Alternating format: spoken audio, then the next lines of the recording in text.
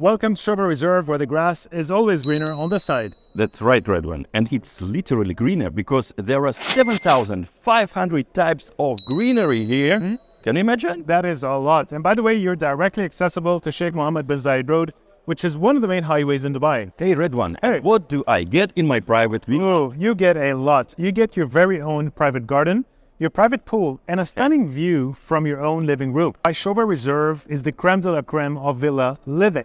And you know what is the cherry on the top of this cake? What is it, Ilya? These enormous living amenities of Shoba Reserve, which are Wow. botanical garden, a pet park, an open-air gym, an open-air amphitheater, tea houses, a cycling track, running trails, rock climbing, a mini basketball court, a skate park, a children's play area, water volleyball, tennis, basketball corner, and a cricket field. Wow, that's a lot. And I think Ilya needs to spend some time in the Zen meditation and yoga rooms. Let's get down to business. Let's do it. So, do I pay for this project in full? No, you don't. You actually pay 80% during construction and 20% on handover. Get in touch with us. We exist everywhere. Yes, we do.